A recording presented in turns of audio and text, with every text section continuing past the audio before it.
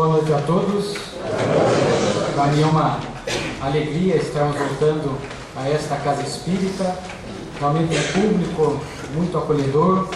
O Adenilson precisou insistir, não precisou insistir não, foi só um pedido, não dá a impressão que ficou insistindo, né? Mas não é. Aqui logo depois que eu fui embora, poucas semanas depois ele já fez o contato, nós tivemos realmente uma boa impressão do movimento espírita, da cidade. Então para nós é uma alegria estarmos aqui retornando a Barra Mansa, participando do mês espírita e tratando de um tema que normalmente as pessoas não gostam de conversar. Eu vou dar um dado estatístico para vocês que assusta. Nas últimas 24 horas, 150 mil pessoas morreram no mundo. No último minuto, 120 pessoas. Será que nós estamos preparados para a desencarnação que é certa e fatal em nossas vidas? Então, nesta noite, amanhã, nós teremos a oportunidade também no seminário de falar um pouquinho a respeito desta temática. Há uma frase na introdução da obra Obreiros da Vida Eterna, de Chico Xavier, que muito bem reflete a dificuldade da criatura humana em lidar com este assunto da desencarnação, seja da própria, seja da desencarnação dos entes queridos. Lá está escrito: milenário ponto de interrogação. A morte continua ferindo inteligências e torturando sentimentos. Milenário ponto de interrogação, porque desde que a criatura humana está na Terra, ela se depara com a morte e desde aquele momento ela já fez o chamado conflito, o medo de morrer. Joana de Ângeles escreve muito a respeito do medo, porque é um conflito predominante na personalidade humana por conta da nossa imperfeição. E o medo de morrer faz parte de um desses conflitos vigorosos que atormentam a existência de muitos aqui na Terra. O homem, lá no início, o homem das cavernas, ela nos fala, é um conflito atávico.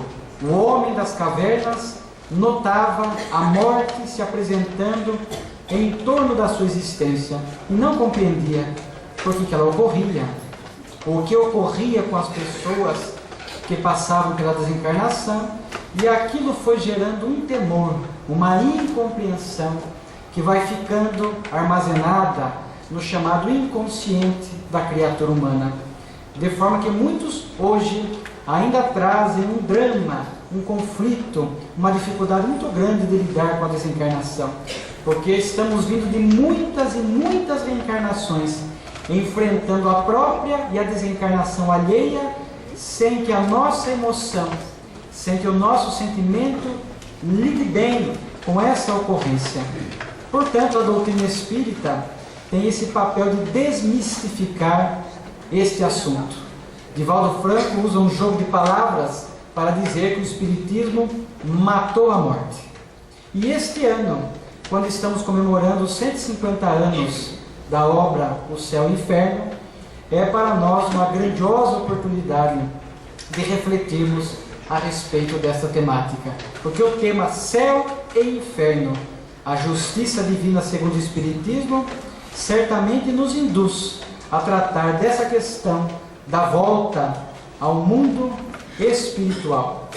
A obra O Céu e o Inferno foi lançada em agosto de 1865, a quarta obra da codificação. E Allan Kardec teve a oportunidade de dividir a obra em duas partes. Amanhã, no mini seminário, na parte da manhã, estaremos tratando da segunda parte da obra, o relato dos espíritos, porque Allan Kardec adotou uma pedagogia incomparável. Porque muitas pessoas chegam a dizer: como é que vocês espíritas sabem tanto a respeito da vida após a morte? Ninguém voltou para contar. Voltam, voltaram e voltarão, através da mediunidade, os espíritos que estavam na Terra, para nos narrar o que acontece conosco após a desencarnação a respeito dessa vida pujante e ativa que prossegue no mundo espiritual. Então Allan Kardec, ouvindo os espíritos nas mais diversas categorias, amanhã nós poderemos ver espíritos felizes, espíritos medianos, espíritos em sofrimento, porque que cada qual está nessa condição no mundo espiritual, para que nós possamos analisar a nossa própria existência, para cada um verificar o quanto temos nos preparado para a desencarnação. A primeira parte do livro, Allan Kardec faz uma abordagem teórica, uma abordagem em que ele trata a respeito de diversos assuntos correlatos à desencarnação. Allan Kardec fala do futuro, fala de céu, inferno, purgatório, anjos, demônios, a passagem, de forma que nós vamos agora buscando informação a respeito da morte. Porque o grande temor, o grande conflito da morte, o medo de morrer, está muito correlacionado com a falta de informação. A falta de informação gera esse temor. O que me aguarda? A vida prossegue. E as religiões, de uma maneira geral, que deveriam trazer luz a respeito do assunto, acabam inconscientemente trazendo mais temor, mais treva em torno do assunto. Porque, via de regra, as religiões na vida terrestre nos apresentam a seguinte abordagem: após a morte, o juízo final.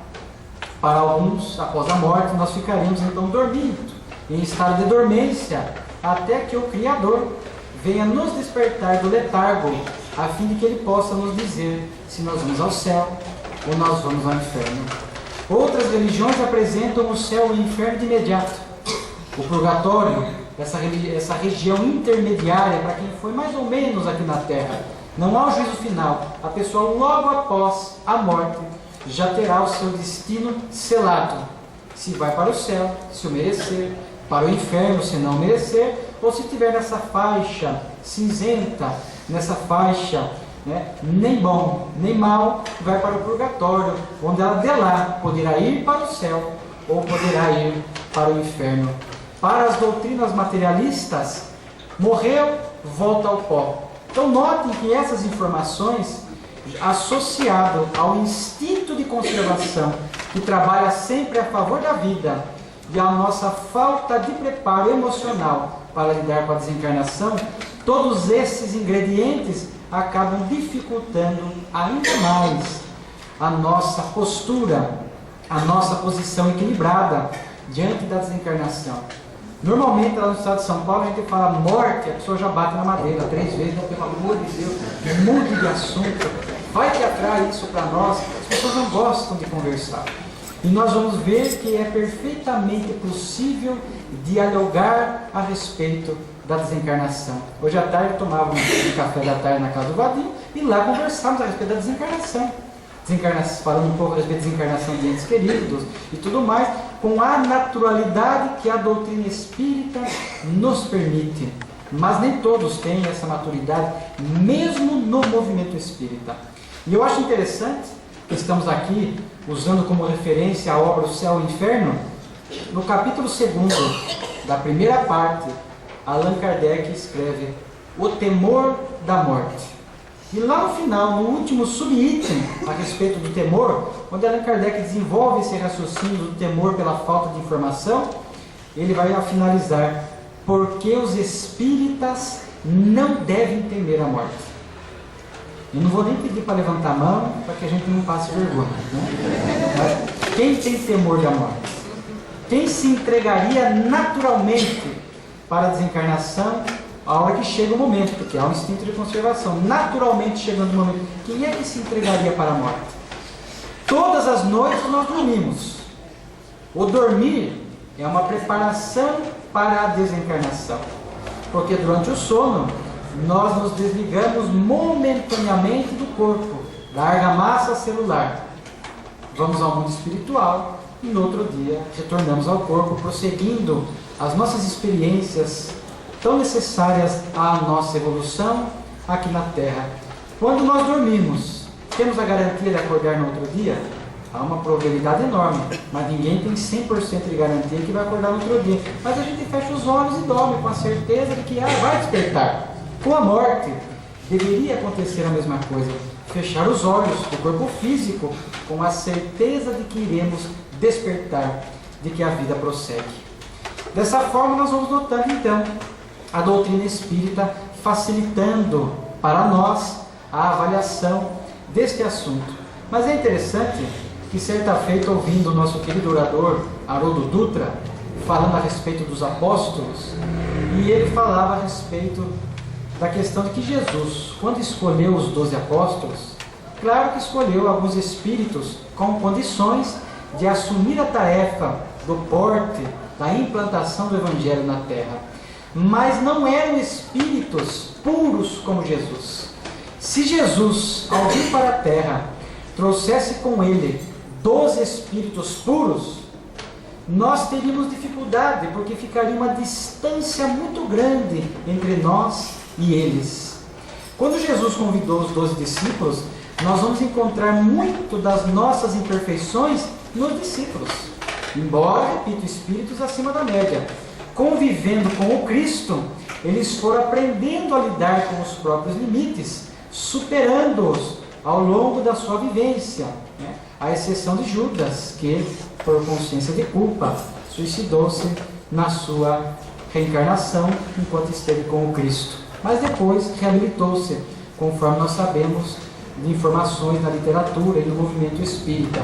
Mas é interessante que nós vamos encontrar o medo em Simão, a dúvida em Tomé, a ansiedade e a pressa em Judas. Notem que interessante. O medo de morrer fez parte um pouco do colégio apostólico, porque à medida que chegava o momento da desencarnação de Jesus, e ele em vários momentos do Evangelho falava isso, ele veio, o Cordeiro que veio para ser imolado, ele sabia, quando ele quis ir a Jerusalém, e os discípulos sabendo da perseguição, da trica farisaica que o pegaria, os discípulos tentavam evitar isso a todo custo.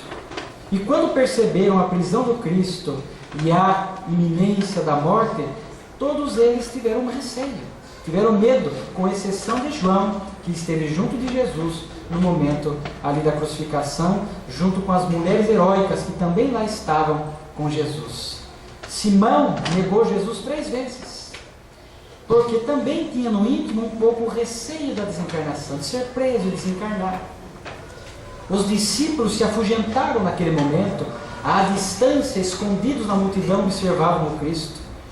Somente ganharam um vigor quando perceberam o que se chama da ressurreição, mas que nós sabemos que era Jesus em espírito aparecendo, demonstrando, testemunhando e comprovando a imortalidade da alma. Quando no 3º dia aparece a Maria Madalena, e depois ao colégio apostólico, a Tomé que duvidou, e durante 40 dias ele fica praticamente convivendo com os discípulos, aparecendo em espírito.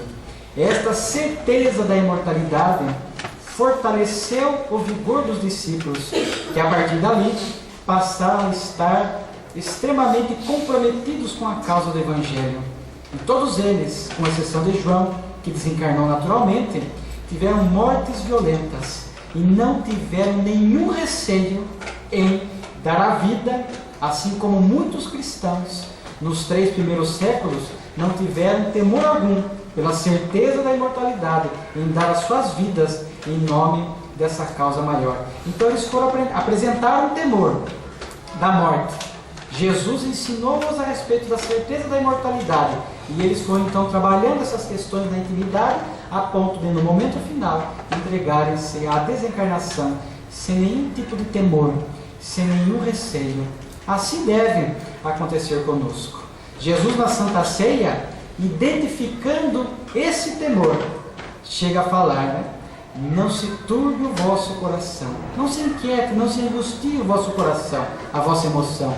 Há muitas moradas na casa do Pai, vou preparar-vos lugar. Então ali Jesus já identificava e já ia trabalhando essa liberação de informação para que os discípulos, e agora nós, pudéssemos então lidar melhor com essa questão da própria desencarnação. De forma que a doutrina espírita vem nos auxiliando muito, vem nos trazendo muitos recursos, a partir da própria mediunidade, a narrativa dos espíritos, a certeza da imortalidade, para que nós possamos ir nos preparando. Porque, afinal de contas, a morte nada mais é do que um ciclo que se encerra, abrindo-se um novo ciclo. A vida não se inicia com a fecundação biológica, apenas a vida biológica, mas a vida do espírito já pré-existia. A fecundação é um momento mágico onde se inicia a vida física, permitindo as peripécias do velho ser, do espírito imortal, que traz a sua bagagem, agora se vincula ao corpo, dando prosseguimento à sua evolução. Quando chega a desencarnação, é um ciclo que se encerra e o espírito então retorna à verdadeira pátria, ao que Allan Kardec chama mundo normal, primitivo. Nós jamais podemos nos esquecer de que nós não somos o corpo, nós estamos no corpo, que a nossa pátria é o mundo espiritual. Voltaremos lá sem exceção. Por mais que a medicina, por mais que a ciência avance, ninguém na Terra irá conseguir driblar a morte. Hoje em dia, na área da ciência, há uma temática que se chama criogenia. Joana de Ângeles escreve a respeito deste tema no livro Dias Gloriosos, onde ela tem a oportunidade de tratar de alguns temas de ciência. E lá ela escreve a respeito da criogenia. Hoje, porque há pessoas que temem a morte, a incerteza do futuro para muitas vezes a consciência de culpa pelos erros praticados, gerando esse temor, essa possibilidade ou essa perspectiva de ir ao inferno e ficar eternamente sofrendo, as pessoas então querem driblar a morte. E a criogenia seria um meio pelo qual as pessoas acreditam nisso. E muitos pagam altas somas em dinheiro. Há algumas estimativas de pessoas que chegam a pagar 100 mil, 200 mil a 500 mil dólares por ano para que os seus corpos fiquem congelados. Criogenia é justamente esse mecanismo de congelar os corpos, para que um dia a medicina do futuro mais avançada possa trazer-lhes a vida. E há dois mecanismos. Há pessoas que com doenças incuráveis e terminais, muitas vezes pretendem buscar essa questão da criogenia. E outros, quando deixam em testamento que após a sua morte física, que possam congelá-lo, para que depois a medicina do futuro possa reverter a morte e trazê-lo de novo à vida. Então, conforme Joana de Ângeles nos antecipa, o que é natural, é impossível a perpetuidade da vida física. Aliás, diversas ocorrências do cotidiano, muitas vezes mortes que chegam inesperadas na primeira infância, na adolescência, fazem-nos já refletir a respeito da transitoriedade da vida. O grande problema é que nós vamos postergando todos os assuntos relacionados à desencarnação, porque nós sempre temos esta ideia, ou essa noção de que sempre temos mais tempo aqui na Terra. E muitas vezes não temos. Chega o momento de voltar ao mundo espiritual. Então a criogenia seria uma forma de burlar a lei de Deus, a lei de destruição. E isso então, nós vemos que não é possível. Nós vemos que é fatal o regresso ao mundo espiritual. Então nós vamos percebendo, através da narrativa dos Espíritos, através dessas informações, vão nos dando segurança, equilíbrio. E nós vamos enxergando a morte agora com outro colorido, com outras facetas, com outras perspectivas. Charles Richer, que foi prêmio Nobel de Fisiologia, ele que estudou espíritos que se materializavam em laboratórios. Os espíritos se materializavam. E ele então media a pressão arterial, batimento cardíaco, fazia testes em laboratório, concluiu que a morte é o portal para a vida. Leon Denis, um grande escritor espírita, chega a dizer que a morte é um parto, a morte é o renascimento, é o inverso. É um parto porque agora nós estamos voltando para o verdadeiro lar, para o nosso verdadeiro habitat, já que somos espíritos, conforme dissemos, momentaneamente no corpo. Olhem as perspectivas que vão se modificando. Muitas vezes, nós enxergamos a morte como se fosse, então, aquela caveira esquelética com o tridente vindo nos visitar, algo indesejável. E a morte não tem essa faceta. A morte, muitas vezes, é benfeitora das aflições humanas. É a morte que, muitas vezes, vai botar fim a uma expiação dolorosa, a uma provação rude, e depois do Espírito extrair toda a lição, todo o aprendizado que a prova ou a expiação lhe trouxe, vem a morte, botando um fim, fazendo com que ele retorne ao mundo espiritual com todo o aprendizado moral que ele soube extrair da prova ou da expiação. Então, muitas vezes a morte é benfeitora dessas dolorosas aflições da criatura humana. Eu me recordo de uma história do Divaldo, que alguns dos senhores devem conhecer. O Divaldo sempre tem esse bom humor nas suas palestras, e ele certa feita contou que, ainda novo na doutrina espírita, né, ainda com aquele vigor inicial da doutrina espírita, ele disse que algo que sempre o cativou no começo era dar passe. Diz que adorava dar passe. Diz que ele já andava assim. A pessoa chegava e já dava um passe, já estava preparado para o passe.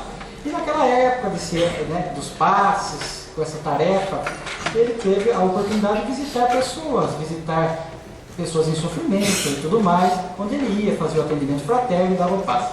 E certa feita, ele estava atendendo a um senhor que estava com câncer nos gânglios, já em estágio avançado. E ele passou a visitar esse senhor, morava com a esposa. E o Divaldo começou a visitar, ia lá, dava paz, conversava com a esposa, conversava com o senhor e tal. E certa feita, ele dando passe, o benfeitor Bezerra Menezes apareceu a ele e falou: Divaldo, ele vai ficar bom. E o Divaldo disse que então que dobrou o passe. Vai ficar bom, vamos lá, vamos dobrar o passe. E ele transmitiu à esposa: olha, ele vai ficar bom. É o doutor Bezerra de Menezes quem disse: puxa, que bom. E o Divaldo foi embora. Se amanhã eu volto para ver como ele está. E no outro dia ele estava voltando, naquela época antiga ainda, na porta da casa, ele à distância olhou aquela coroa de flores. E ele falou: nossa, será que a mulher desencarnou? Deu um o moço ia ficar bom. E ele foi se aproximando, chegou lá e viu que, na verdade, quem havia desencarnado era o moço. E ele chegou lá, rapaz, ali aquele momento que estavam velando pelo corpo. E a moça chegou: Divaldo, ele não ia ficar bom. Aí ele transferiu a dor para o Bezerra, né? Mas ele não ia ficar bom. Ficou melhor que isso, impossível. Já não tem mais as dores do câncer, dos gânglios e tudo mais. Então, quando os benfeitores mandarem mensagem para nós: já vai ficar bom. Cuidado, né? Porque a nossa perspectiva muitas vezes é material. Você acha que vai ficar bom no corpo. Por causa dessa questão atávica, o medo de morrer, o querer se perpetuar na vida física. Então vai ficar bom. Muitas vezes o vai ficar bom pressupõe esse espírito cessando as dores físicas, voltando ao mundo espiritual, vencendo a expiação ou a prova. Então a morte tem essa faceta para alguns, né, de ser benfeitora das aflições humanas. A morte é pedagógica. A morte é necessária do ponto de vista moral. Porque há pessoas que, se ficassem no corpo indefinidamente, ficariam indefinidamente errando. Pessoas materialistas, egoístas, viciosas, criminosos. Pessoas que, se vivessem pela eternidade no corpo, ficariam errando pela eternidade, promovendo o mal a si próprio, à sociedade, ao próximo, por conta da sua visão equivocada da vida, por conta do seu atraso moral. A desencarnação permite que este espírito vá ao mundo espiritual, vivencie o sofrimento por conta das escolhas que fez em vida, e esse sofrimento já é aprendizado, para que ele também possa, no mundo espiritual, além de vivenciar o sofrimento, possa dialogar com os benfeitores. Porque há pessoas que estão no corpo fechadas a qualquer tipo de auxílio espiritual. Quando saem do corpo durante o sono, vão às regiões inferiores, dar vazão às suas paixões e voltam ao corpo, muitas vezes insensíveis, fechadas a qualquer tipo de socorro espiritual. Com a desencarnação, com essa permanência a longo prazo no mundo espiritual, esses espíritos então se habilitam a receber esses socorros espirituais que estão muito bem narrados nas obras de Filomeno de Miranda, de André Luiz. Uma mãe, um pai, um ente querido, um amigo do passado, que vão investir naquele espírito, inspirar intensamente, vão dialogar, vão socorrer. E se este espírito aceita ajuda, ele é levado às colônias espirituais, onde o seu ponto de vista distorcido agora passa a se modificar. Ele começa a ver um novo panorama, um novo horizonte, vai mudando os seus conceitos, de forma que a morte tem então esta pedagogia para que possamos botar um fim aos equívocos que estamos trazendo aqui na Terra. Há espíritos que precisarão de mais tempo, às vezes irão para o mundo espiritual e voltarão, continuarão em equívocos. Precisarão de mais tempo, de mais passagens no mundo espiritual, mais socorro, mais prova, mais sofrimento, o amor do próximo, para que possa ir tocando o seu intelecto e o seu coração, a fim de que ele possa despertar para a realidade espiritual. Então vejam perspectivas diferentes da morte. A doutrina espírita traz para nós diversas propostas desafiadoras. E uma delas é começar a encarar a morte como algo muito natural. E a partir do momento que nós vamos lidando com esse assunto, com essa naturalidade, naturalmente que alguns desafios se fazem presentes na nossa vida. Porque, conforme nós dissemos, enfrentar a própria desencarnação e a desencarnação alheia.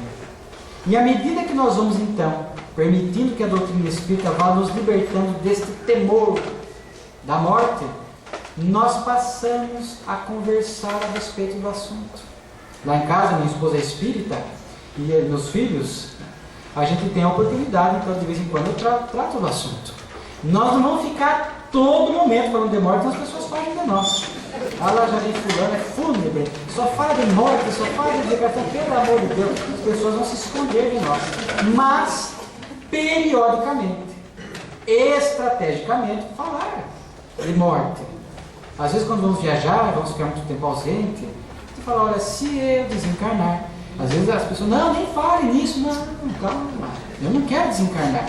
O corpo é instrumento de progresso para o espírito. Nós temos que sim valorizar, estar no corpo. Vejamos o Edivaldo com 88 anos de idade, essa alegria de estar no corpo.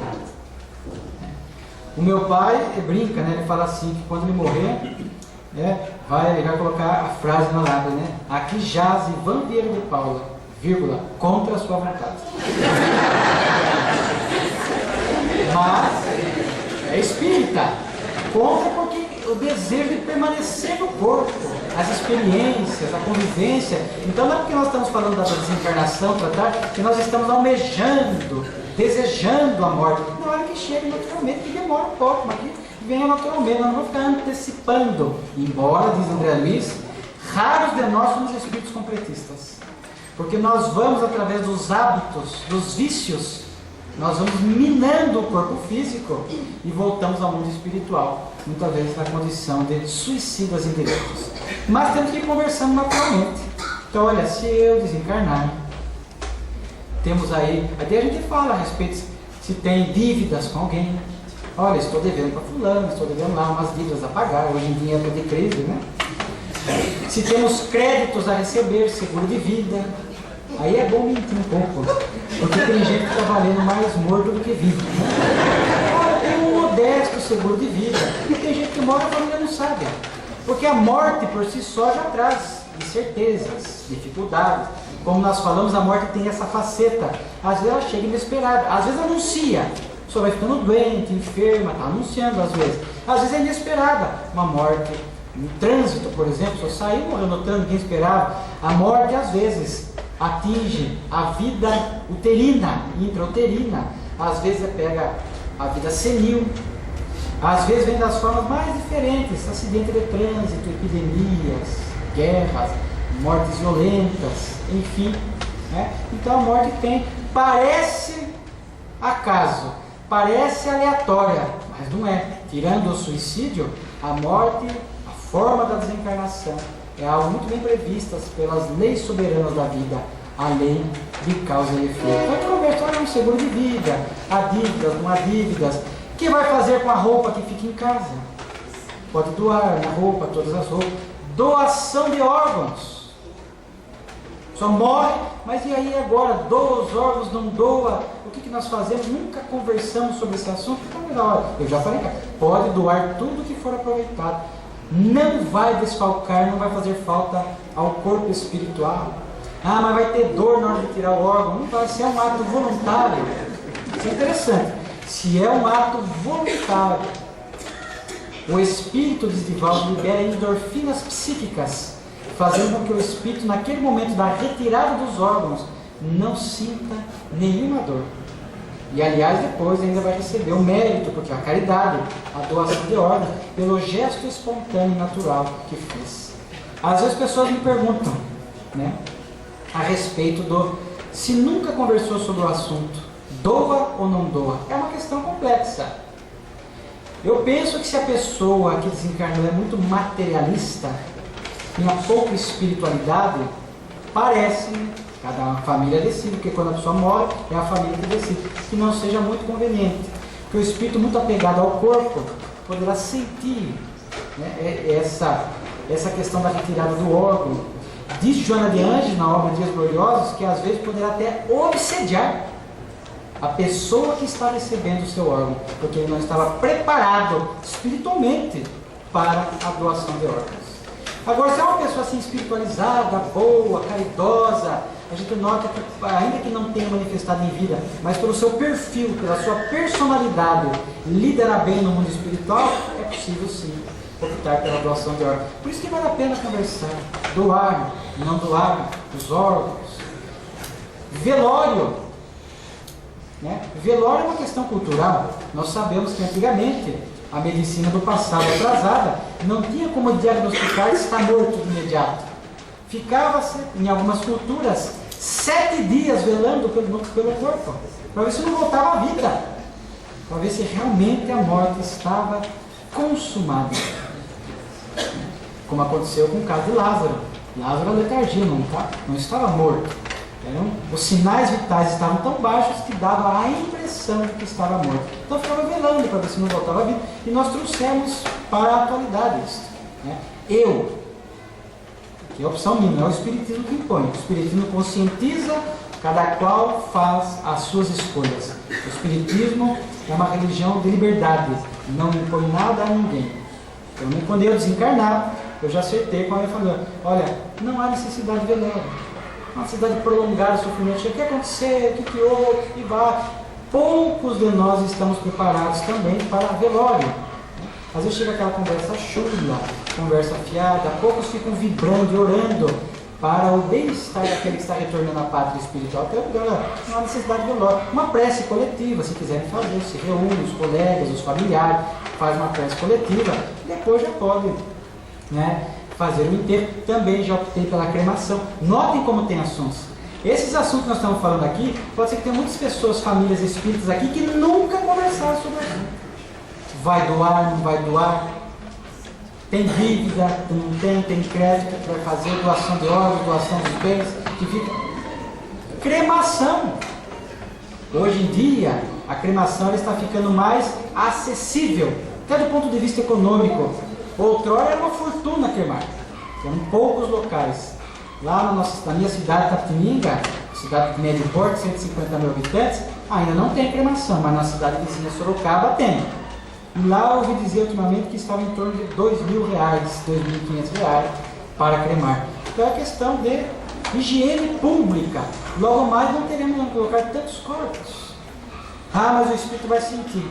O Emmanuel, na obra O Consolador, perguntado a respeito da cremação, ele dirá: é prudente que se aguarde 72 horas, a fim de que, porque é um tempo médio que leva o espírito para se desligar do corpo, a fim de que ele não possa, porque todo desligamento abrupto, violento, pega o espírito de surpresa. E a cremação é, porque de uma hora para outra, em poucos segundos, o corpo vira pó. Então há um desligamento abrupto. Então 3 dias é o tempo assim, em média, necessário para que os benfeitores possam promover o desligamento do espírito, a fim de que ele não registre nada no momento da cremação. Então eu também optei, pode cremar. Né? Então notem questões interessantes. Como é que nós sabemos de tudo isso? Graças à doutrina espírita. Porque este momento da desencarnação, Allan Kardec perguntava aos espíritos: o que é que você sentiu na hora da morte? Quais foram as suas primeiras impressões no mundo espiritual? Conforme nós veremos amanhã, estudando textualmente a narrativa de algum desses espíritos. Então Kardec, no livro dos Espíritos, teve a oportunidade de escrever sobre o chamado perturbação espírita. É exatamente esse momento de desligamento. E agora nós passamos a entender o que acontece. Porque muitos temem a morte, alguns já me falaram, porque não sabem o que acontece neste momento. Essas horas após a morte. Vai doer, não vai doer, como é que é, qual é a dor? E os Espíritos dizem que a dor, na verdade, a pior dor é a dor moral. Os remorsos, as culpas, as lamentações, o mau aproveitamento da reencarnação, não a dor física propriamente, embora às vezes alguns relatem, porque levam esses condicionamentos aqui da Terra, dores físicas, a Espírito fala, frio, fome e outras sensações típicas de quem ainda está no corpo, são condicionamentos, impressões que o Espírito leva. Porque dirá Allan Kardec na obra O Livro dos Espíritos, que quanto mais espiritualizado for o indivíduo, mais rápido se dá este desligamento. Quanto mais materializado, as paixões, os vícios, o apego ao corpo, o apego à vida, mais demorado, mais difícil é a desencarnação. E aqui eu cito um livro que vai tratar muito bem desse assunto, que pega 5 personagens de uma parte da obra, cada qual num patamar espiritual, e vai narrar muito bem essa questão, que é o que eu citei, o obreiros da vida eterna. Foi a frase da introdução que nós usamos para iniciar a nossa palestra. Então, perturbação espírita será rápida. Então, nós temos que ir nos preparando para isso, para que este momento do desligamento do corpo seja rápido, não tenha nada de doloroso. Como? Nos espiritualizando. Porque educação para a morte é educação para a vida. Não há como. Não há como. Mas nós estamos, a humanidade de uma maneira geral, despreparadíssimas para a desencarnação. Aí nós vemos os relatos dos espíritos em reuniões mediúnicas, dessa dificuldade. Alguns morrem e acham que estão vivos. Ficam no lar, né? E muitas vezes atrapalhando o ambiente doméstico, sem o saber que estão causando mal aos entes queridos, porque a sua presença no lar fica inconscientemente fazendo com que os familiares fiquem lembrando toda hora da pessoa que partiu. Ah, uma tristeza, uma depressão, não consigo pensar em outra coisa, só penso nele, nela. Muitas vezes é a presença do Espírito lá, induzindo a lembrança. Há os que morrem, demoram para perceber e depois ficam aí, então, aprisionados nas regiões espirituais inferiores. O livro E a Vida Continua, a obra, a série André Luiz, é notável. É notável. Outro dia eu vi o Haroldo falando numa palestra, e falou assim: eu vou me impor o desafio de estudar novamente a série André Luiz. E eu falei: vou botar para mim esse desafio também. Estou estudando agora com mais detalhes, né? Palavra por palavra. Quanta coisa maravilhosa.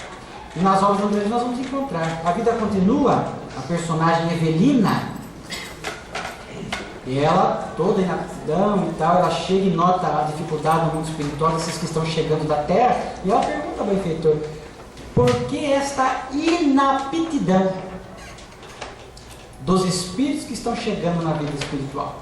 E o benfeitor responde: falta de preparo durante a vida corporal.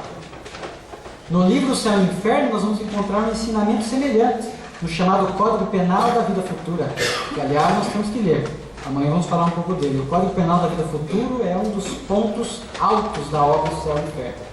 E ali tem um item onde os Espíritos falam que esse primeiro momento no mundo espiritual logo que o Espírito chega, ele é predominantemente marcado, permeado pelo estilo de vida que a pessoa levou durante a vida corporal. Olha que interessante, então nós temos que nos preparar. É tão interessante essa questão que Filomeno de Miranda, na obra Reencontro com a Vida, estudando esta temática também da morte e da vida, ele chega a escrever um artigo muito interessante, onde ele chama de morrer e desencarnar. Há pessoas que morrem, mas não desencarnam. Olha que interessante, gente. Porque morrer é um fenômeno biológico. Desencarnar é um fenômeno espiritual. Diz respeito ao desligamento do espírito das coisas da terra. Olha que interessante. Tem gente que morre, mas não desencarna. Fica no ambiente doméstico, fica no entorno da terra, nas regiões umbralinas, fica ainda dando vazão, vivacidade aos interesses mundanos, ao sexo, e outras coisas tantas. Então o espírito não desencarna. Nós só desencarnamos nesse conceito elástico de Filomeno de Miranda quando morre o corpo e o espírito se desliga das questões da terra. Quando se fala se desliga, não é completamente, não é deixar aqui os familiares, esquecer sentimentos, não é isso. Mas é quando o espírito se desliga desses vínculos de forma doentia que ele mantém. Porque é claro que os vínculos afetivos permanecerão. Ele só desencarna quando ele pode conviver no mundo espiritual saudavelmente com a distância dos entes queridos, quando ele pode visitar os entes queridos sem nenhum sofrimento, sem nenhum desgosto, com equilíbrio.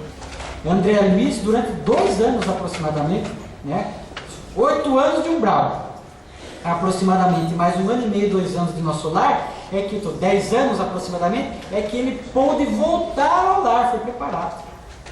Porque muitos de nós não estão preparados para voltar a ver a esposa com o segundo casamento, ver um filho na droga, ver uma filha na prostituição, ver um filho com tal problema moral, com este, com aquele. Muitos se desequilibram.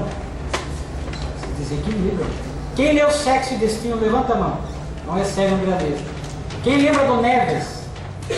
O Neves que socorreu a filha, que estava aqui, e perturbou-se. Então note que essa questão do desencarnar envolve um preparo emocional e espiritual muito grande. Então muitos de nós morremos, mas não desencarnamos. Dessa forma, nós vamos então nos preparando, através da conversa esporádica para a própria desencarnação, como também devemos estar preparados para a desencarnação de um ente querido. Eu lembro certa feita o Raul contando, ele não citou nomes, nem era para citar por questões de ética, uma determinada pessoa da CEF, ou de algum centro espírita, não tenho certeza, a pessoa sumiu do centro. Passaram-se vários meses, e o fulano e tal, não tenho visto ele aqui no centro, no evento espírita e tal. Depois que fulano de tal morreu, ele sumiu do centro. E aí o Raul comenta na palestra, que o Raul sempre bateu nessa tecla da fidelidade do espírita. Que espíritas são esses? Que falam da imortalidade, falam da reencarnação. Muitas vezes nós consolamos muito bem. Só vem até nós, olha, minha mãe desencarnou. Não se entristeça, não se revolte. Ela está viva no mundo espiritual. Quando puder, haverá o reencontro. Aí quando é conosco, parece que fica um pouco diferente. Então há que se ter fidelidade. Nós temos que estar preparados para a desencarnação dele. Eu me lembro de uma notícia verídica que saiu há muito tempo na Revista Internacional de Espiritismo, onde uma senhora, olha o preparo, porque cada um de nós vamos avaliando hoje o quanto estamos nos educando para a morte. Mãe de adolescente, à noite em casa, ela estava lá, filha na rua, toca o telefone. Sua filha sofreu um acidente de carro e ela morreu no local. E nós pedimos à senhora para que não vá até o local, nós estamos já tomando as medidas e tal, porque realmente a cena é comovente. A mãe, espírita, sentiu necessidade de ir até o local, era cidade pequena, de ir até o local onde havia acontecido o acidente. Ela sentia a inspiração de que a filha estava precisando dela. Ela foi até o local do acidente, porque ali, por causa de estar presa às ferragens, havia demorado por mais da boa vontade dos bombeiros, havia procedimentos que demandavam tempo. Ela foi até o local, burlou a proteção, foi, e ela ali deitou no chão e conseguiu ali praticamente tocar na mão da filha e fazer uma prece a ela. Porque ela tinha mediunidade, sentia que a filha estava naquele momento sob o choque da desencarnação violenta, que virá livre dos espíritos. Quando o espírito é projetado abruptamente para o mundo espiritual, muitas vezes ele é pego de surpresa. E ela foi até o local orar pela filha, para que ela sentisse a presença da avó que ali estava para socorrer. Passadas algumas horas, o corpo da filha já estava no necrotério, aguardando os preparativos para o velório, sepultamento. A mãe, ainda em casa, estava inquieta, sentindo que a filha ainda não estava bem. Ela, novamente, vai, pula, consegue adentrar no necrotério e lá, pegando novamente, não havia necessidade de tocar, mas no caso da história aconteceu. Ela foi lá, tocou e conversou mentalmente com a filha. Filha, você é espírita também, chegou o seu momento, você já está no mundo espiritual, veja quantos espíritos estão aí para socorrer você e tal. Quantos de nós teríamos equilíbrio para fazer isso? Muitas vezes chega a notícia, né? O susto, né? Eu passei por uma experiência semelhante. Meu filho não desencarnou, mas a gente fica assim, é uma situação que nós temos que ir nos educando mesmo. Meu filho sofreu um acidente de bicicleta, meu filho mais velho, ele não sabia muito bem, ele estava com 15 anos, essa juventude moderna até os 13, nunca tinha andado de bicicleta. Essas questões modernas, tecnologia, começou a andar de bicicleta com os amigos e tal, foi para um local que era uma estrada, caiu lá na estrada, foi para a pista, o caminhão passou, isso aqui dele. Só que ligaram para nós, seu filho sofreu um acidente de bicicleta, vem até o local e tal. E aquela sensação de que estavam omitindo informação, que o filho desencarnou. E quando faltavam 2 km para chegar no local, eu via assim a distância. Quando tem acidente em estrada, eles colocam galhos da árvore e tudo mais, e urgente na frente, falei, desencarnou.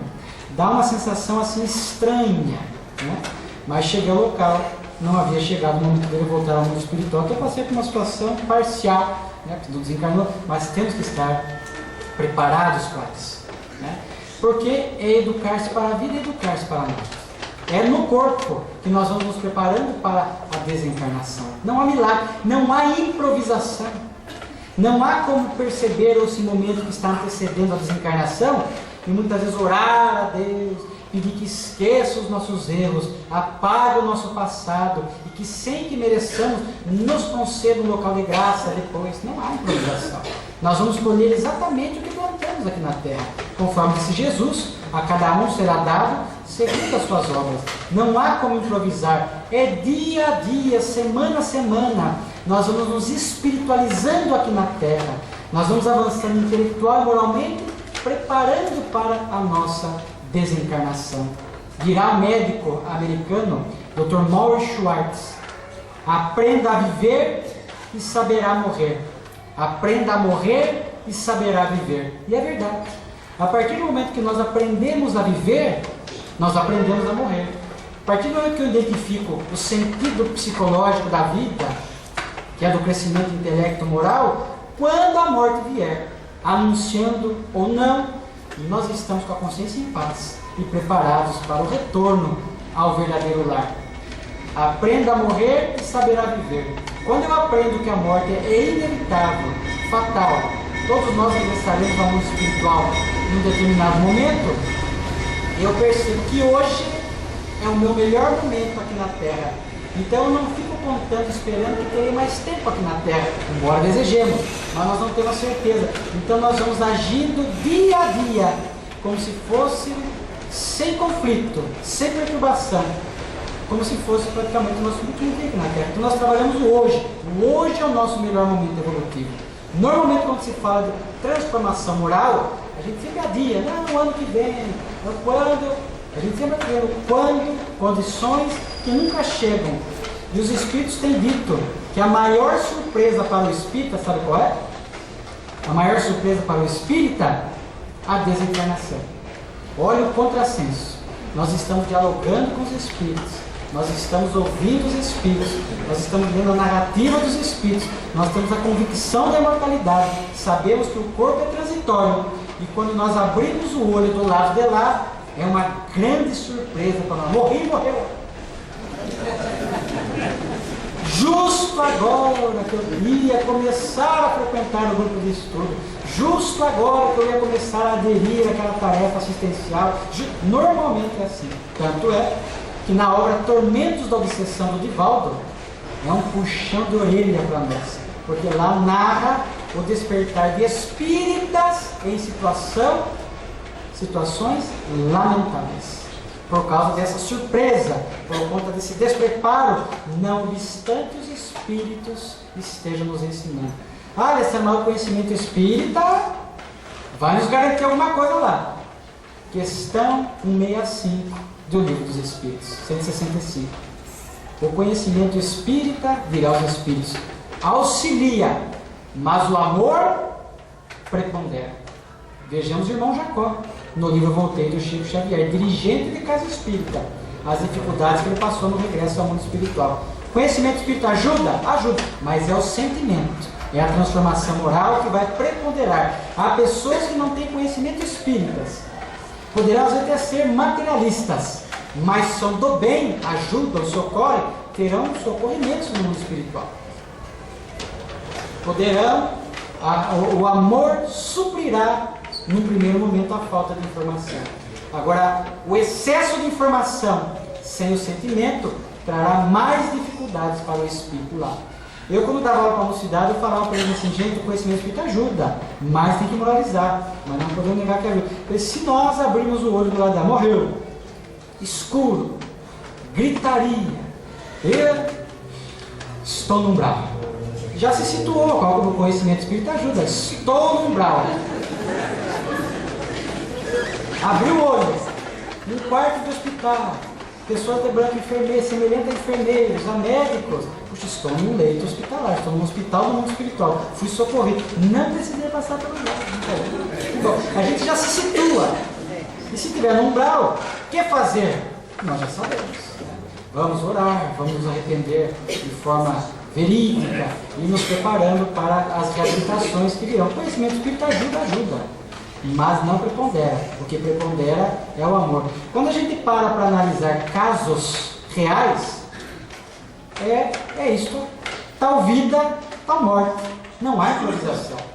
Nós lembramos aqui, os senhores lembram também de um diálogo famoso que o Divaldo cita, de Sócrates, o filósofo, na Grécia. Sócrates era imortalista, reencarnacionista, tinha um conhecimento, mas também tinha um sentimento. Era uma pessoa que gostava de ajudar, orientar. E lá conta que ele foi preso, condenado à morte, e o seu discípulo Criton chega até o local onde ele estava preso para visita e fala: mestre, nós subornamos a guarda.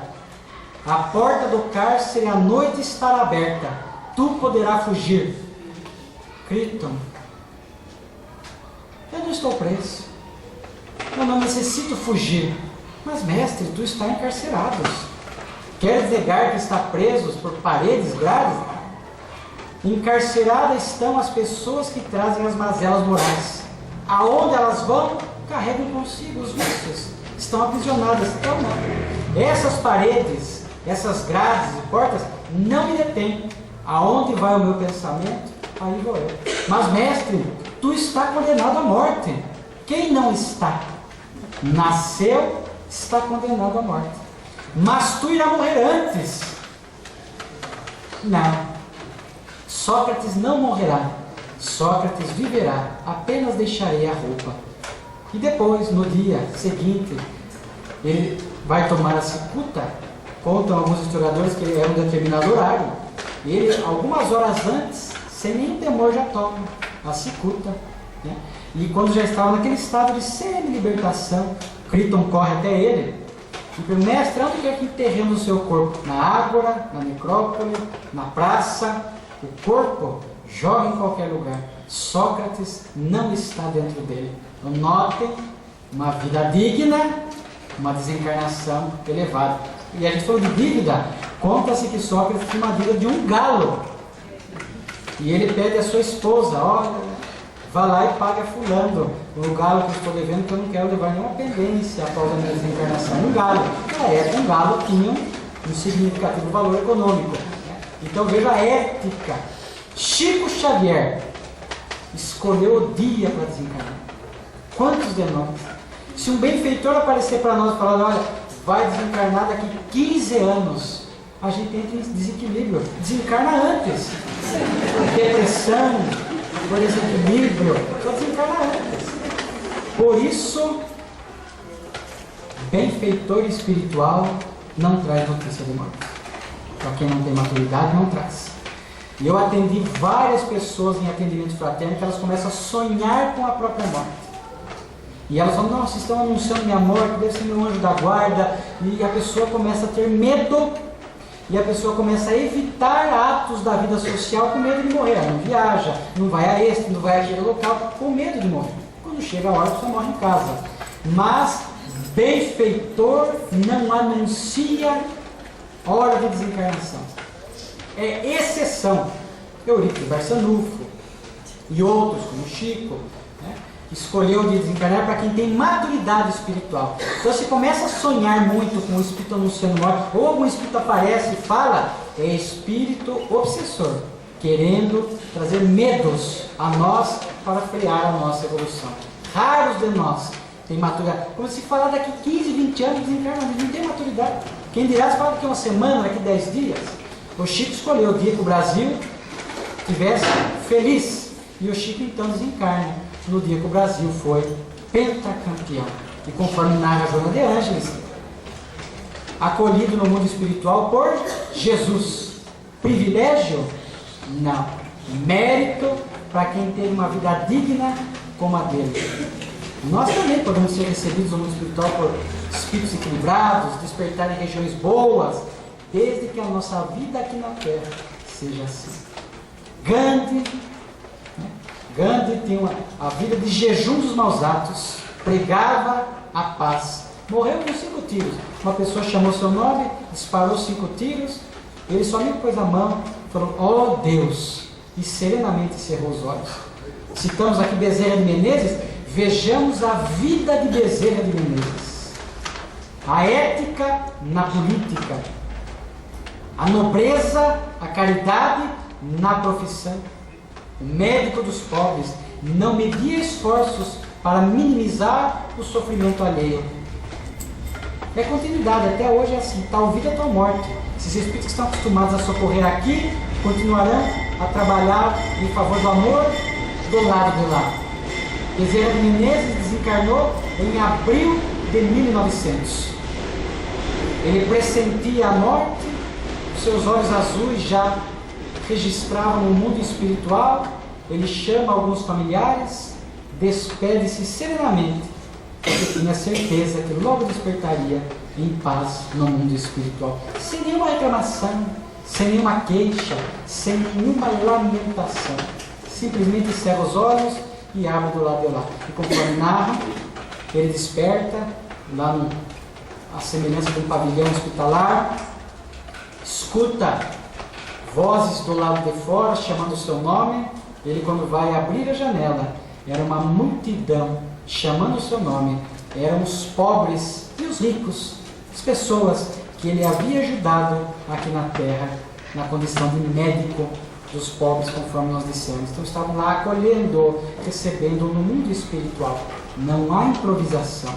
As nossas vidas, dia a dia, já vamos preparando para aquilo que nos aguarda do lado de lá. Bezerra de Menezes não teve só nobreza na própria desencarnação. Bezerra de Menezes também teve uma nobreza incomparável ao enfrentar a desencarnação alheia. Bezerra de Menezes casou-se pela primeira vez, teve 2 filhos. Quando o segundo filho estava com 1 ano, a sua esposa desencarna. Ele se casaria pela segunda vez com a irmã materna da esposa, com quem teria mais 10 filhos.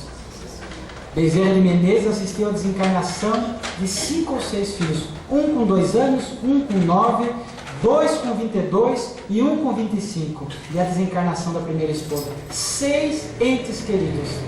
E ele sempre resignado, sempre equilibrado no velório, sem nenhuma reclamação, sem nenhuma revolta diante de Deus. O que é isto, senão Efeitos da Fé Espírita. Allan Kardec teve a propriedade de escrever na Revista Espírita, e eu divulgo muito, estudem a Revista Espírita, que faz parte da codificação espírita.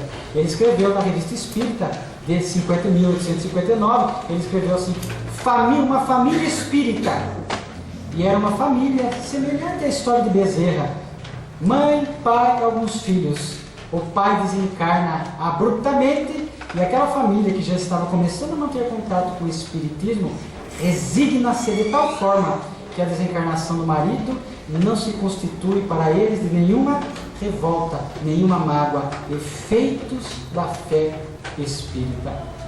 Esses efeitos na nossa vida tem que ir nos preparando. Preparo que vai muito além daquelas questões que nós estamos considerando. Não é apenas admitir a própria desencarnação, não é apenas conhecer o mundo espiritual, não é apenas fazer a caridade, mas pressupõe também outras questões. Por quê?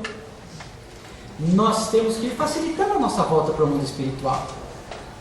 Facilitando. Nós temos que ir nos descondicionando de algumas coisas que poderão se constituir num obstáculo, num primeiro momento, ao nosso retorno para a pátria espiritual. Porque os espíritos narram dificuldades. Narram. Porque os hábitos humanos, aliás, o Vadinho mandou uma mensagem hoje por WhatsApp, né, do tio Nilson, que conviveu com o Divaldo, uma mensagem psicofônica recente, através do, se não me falha a memória, do próprio Divaldo, ou de algum médium, onde ele fala desses hábitos enraizados. Se eu, Alessandro, espero que não aconteça, desencarnar agora aqui, quer dar um trabalhão para vocês, mandar o corpo para Itapemirim, ou cremar por aqui mesmo,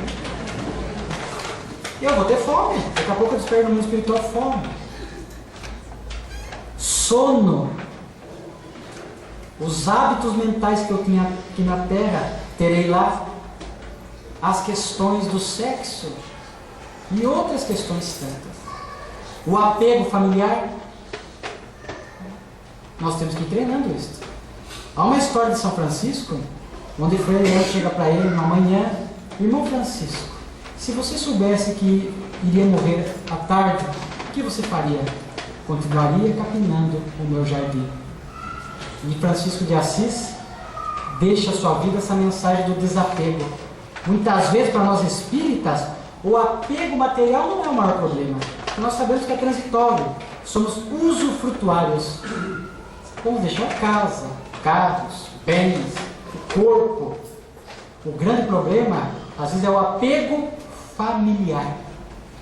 Obreiros da Vida Eterna, um personagem espírita, Dimas, passou por uma imensa dificuldade por conta do apego familiar. Ele não se preparou para o afastamento dos familiares e não preparou os familiares para o seu afastamento. E passa algumas dificuldades no mundo espiritual. Não é indiferença, é o amor, sabendo que eles não nos pertencem, são filhos de Deus, mas nós temos que ir exercitando isso. Então nós vamos nos descondicionando. À medida que, notem como a lei de Deus é sábia, Deus é amoroso. O próprio corpo, quando segue o ritmo natural, o corpo já vai nos preparando para a desencarnação. Quando nós vamos atingindo a vida senil, né, chamada terceira idade, percebo que normalmente nós já comemos menos. As pessoas de mais velhas já têm uma tendência de comer de forma mais frugal, já não se alimentam pesadamente à noite, já vão adquirindo naturalmente um hábito, via de regra. Já dorme menos. Só tem pessoas que nos falam que eu acordo 5 horas da manhã e não consigo dormir mais. Para mim 4 horas é o suficiente. E uma tese minha: quando chega em torno de 50, 55 anos de idade, a libido já começa a diminuir. Varia para a idade, 50, 55, 60. Porque no mundo espiritual, nas regiões equilibradas pelo menos, não há o sexo. Então o corpo já vai nos preparando para isso também. A libido diminui, para que os casais também possam experimentar, e já deveriam estar também experimentando, vivenciando outras formas de ternura. Felizmente, conforme falamos no seminário do ano passado, há casamentos que se sustentam basicamente em torno do prazer sexual. Um casamento pobre. Mas ali, os casais depois dessa idade, 55, 60, continuam com outras formas de permuta de energias. A mão dada, o olhar, o abraço, a caminhada junto. Já a vida já vai preparando. Mas infelizmente o despreparo de muitos fazem, a gente vê em depoimento na televisão, cria-se determinados comprimidos para que a pessoa prolongue a vida sexual até os 80, 85. E muitos falam até com um certo, assim, contando crédito, né, contando ponto.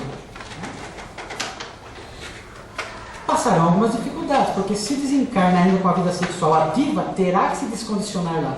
Não digo que vai para um bravo, Alessandro, um casal de 70 anos que prolongou a vida sexual, se amam, há ternura, vai para um bravo por causa disso? Não é isso que eu estou falando. Mas porque mantém a vida sexual ativa por conta dos comprimidos, né, prolongando além do tempo, se desencarnarão, terão no primeiro momento dificuldades para se descondicionar disso. Então vejam que nós podemos ajudar. Né? Nós já podemos dormir menos, não 12 horas, 10 horas, já vamos dormindo o essencial, se alimentando de forma frugal, o essencial. Os hábitos mentais, se eu tenho o hábito de pensamentos de melindres, pensamentos de maldade com as pessoas, eu levo uma vida dupla. A minha vida exterior é uma coisa, o meu hábito mental é outra, passarei dificuldades no mundo espiritual. Já vou disciplinando o meu hábito mental. Quando chega a idade própria, conforme falamos, há o aquecimento da libido, eu tenho a possibilidade de respeitar isso. Quando vem a desencarnação, note que eu estou devidamente me descondicionando, é muito mais fácil. Os espíritos narram suas dificuldades. No livro Evolução em Dois Mundos, na segunda parte, André Luiz fala de centros de reeducação no mundo espiritual, para que espíritos passem por esses centros para se descondicionar dos vícios, dos hábitos enraigados, porque o perispírito vai se encharcando disso. O perispírito também vai ficando condicionado a essas questões. Dormir, comer, reproduzir, os hábitos mentais. O perispírito cria também um automatismo para descondicionar depois. Não é tarefa fácil. Há meios, sem dúvida. Há esse centro de reeducação. Mas se nós já vamos fazendo aqui, facilita. Educar-se para a morte é facilitar a nossa volta ao mundo espiritual, para que esse despertar lá seja permeado agora de facilidades e não de desafios. Né? Então facilita, nós já vamos mudando, porque o espírito, conforme nós sabemos, não precisa dormir, mas ele vai lentamente se descondicionando, até que chega uma hora que para os mais evoluídos, poucos minutos bastam. Há alguns que já nem dormem mais no mundo espiritual, mas nós vamos levar o condicionamento. No primeiro momento nós vamos dormir 6 horas, 7 horas, 8 horas. A alimentação será um dos caldos reconfortantes, conforme fala André Luiz. Mas se eu já vou me descondicionando aqui, já vou preparando o perispírito, a mente principalmente, facilita muito mais. Isto é educar-se para a morte. Educar-se para a vida é educar-se para a morte. Mas infelizmente, conforme os espíritos estão narrando, nós temos nos preparado mal.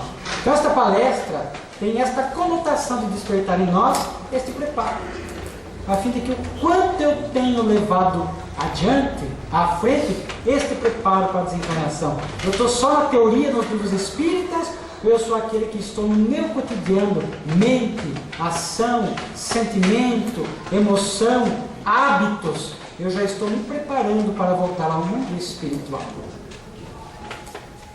Cada qual autoavalie-se, para que não lamentemos depois o desperdiçar das oportunidades, mau uso do tempo, mau uso do intelecto, mau uso, e amanhã nós não podemos aprofundar mais nessas questões.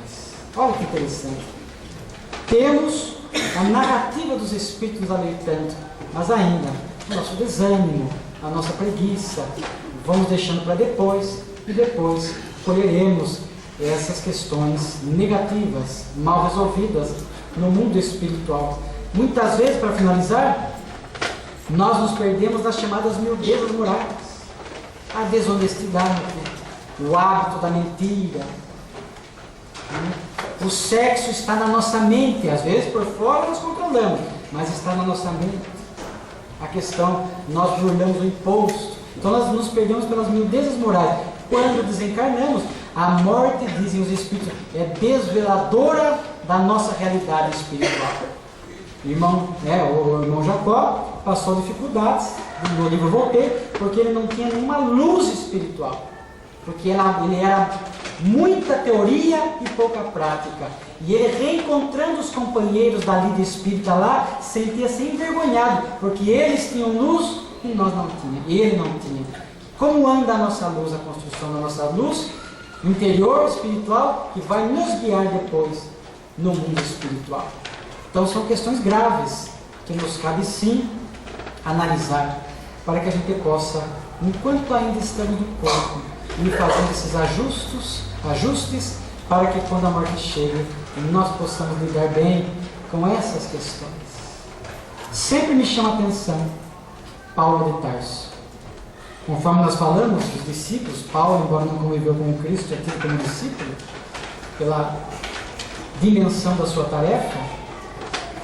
Paulo de Tarso, conforme nós sabemos, quando chega o momento final, depois de ter envelhecido pregando o Evangelho, enfrentando dores, dificuldades, desafios, que a obra Paulo e Estevão muito bem descreve, Paulo, que já havia estado preso, ele recebe então a sentença de morte.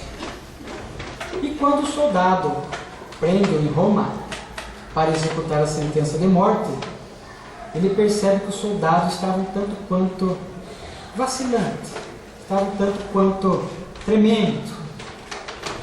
E ele percebe que o soldado teria dificuldade de executar a sentença de morte, porque a sentença de morte era executada ali, naquele momento.